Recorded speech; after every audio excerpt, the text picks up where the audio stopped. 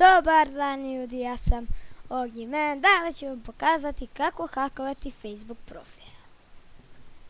Prvo, jako je jednostavno, sve što vam treba je žrtva, žrtvin e-mail i žrtvin password.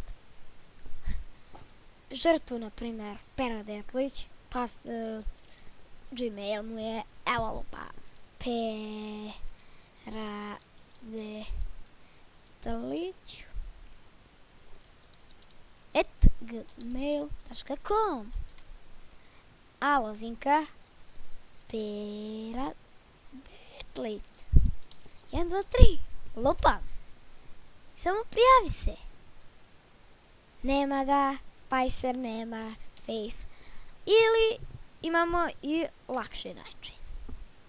Jako laki. Malo je duže, ali nema veze. Prvo nađete tu žrtvu na ulici. Ubijete od batina, da ne može da sedi na dupe 3 dana.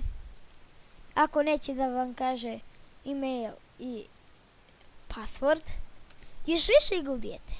I dok vam ne kaže.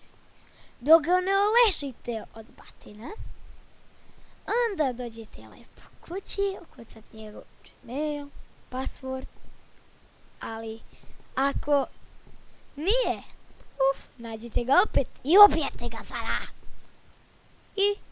Ili jednostavno ga pitate da li može da vam da e-mail i password. To je bilo to.